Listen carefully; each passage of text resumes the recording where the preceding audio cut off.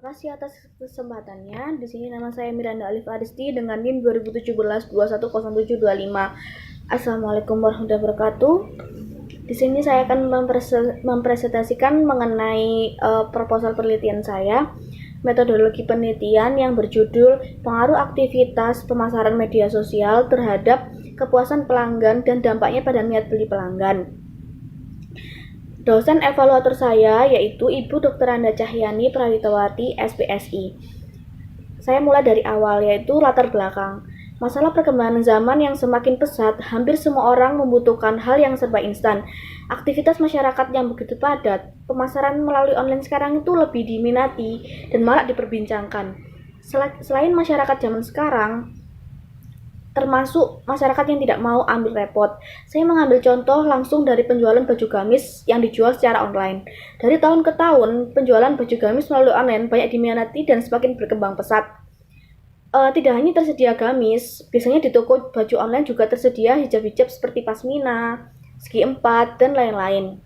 Di masa sekarang, gamis itu sering juga digandrungi oleh anak milenial. Terdapat banyak varian juga di toko-toko dengan harga yang tentunya relatif murah dibanding dengan gamis-gamis yang dijual di toko-toko di pinggir jalan. Selain menjual gamis, biasanya diselipkan orang itu menjual hijab-hijab, pasmina, dan lain-lain. Lalu bahkan gamis sekarang tuh sudah memulai melakukan kolaborasi antara gamis modern dengan gamis kuno. Lalu yang kedua adalah rumusan masalah. Untuk menggunakan solusi dari sebuah permasalahan, maka masalah tersebut terlebih dahulu disusun pada sebuah kalimat pertanyaan yang sistematis. Yang pertama, apakah aktivitas pemasaran melalui media sosial berpengaruh terhadap niat beli pelanggan? Yang kedua, apakah kepuasan pelanggan berpengaruh terhadap niat beli pelanggan itu sendiri? Lalu yang ketiga adalah kerangka penelitian. Nah, kerangka 1, APMS, lanjut ke CM. Nah, di antara CM itu ada KM, lalu bertemu dengan keputusan pembelian. Nah, di keputusan pembelian ini, di situ ada niat beli dan loyalitas pelanggan. Lalu, di kerangka pemikiran. Nah, kerangka pemikiran yaitu kepuasan pelanggan menuju ke loyalitas pelanggan dan word of mouth atau WM. Lalu yang saya jelaskan adalah keputusan pelanggan. Keputusan pelanggan itu adalah perasaan senang dan kecewa seseorang yang timbul karena membandingkan produk terhadap ekspektasi mereka. Apabila produk tersebut di atas ekspektasi, konsumen akan merasa sangat puas. Jika sebaliknya, maka konsumen akan merasa kecewa.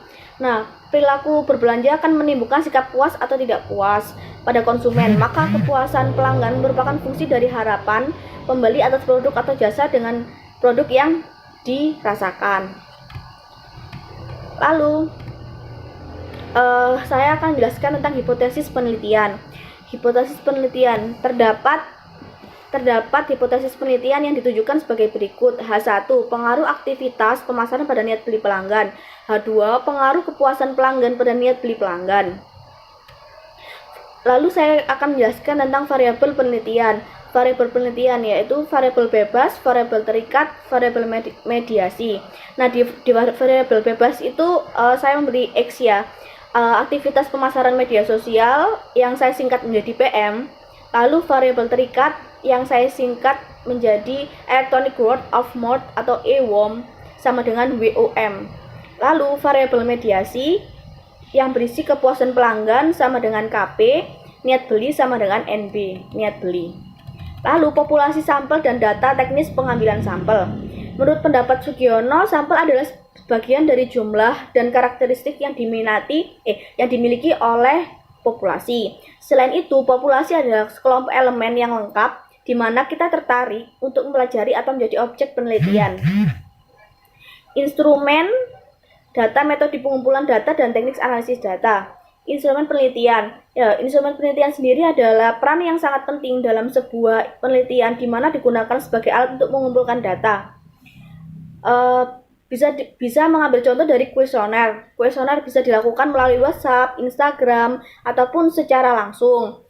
pada kuesioner, peneliti itu memberikan batasan-batasan tertentu kepada si pengisi kuesioner. Seperti contoh, si pengisi kuesioner hanya dapat mengisi 1 kali tanggapan, seperti itu. Data. Sebuah data dapat diperoleh dari sumber primer atau sekunder. Pada penelitian ini, data yang digunakan adalah jenis data primer. Data ini berasal dari kuesioner yang telah diisi oleh responden. Data dan metode pengumpulan data. Pada penelitian ini, saya menggunakan data primer. Peneliti akan mendapatkan informasi dari responden melalui pertanyaan dari kuesioner tersebut. Lalu, teknik dan analisis data. Nah, analisis data adalah tahap yang dilakukan setelah ketika seluruh data dari responden telah dikumpulkan. Jadi, kita menganalisis setelah semua data terkumpul. Terima kasih. Assalamualaikum warahmatullahi wabarakatuh.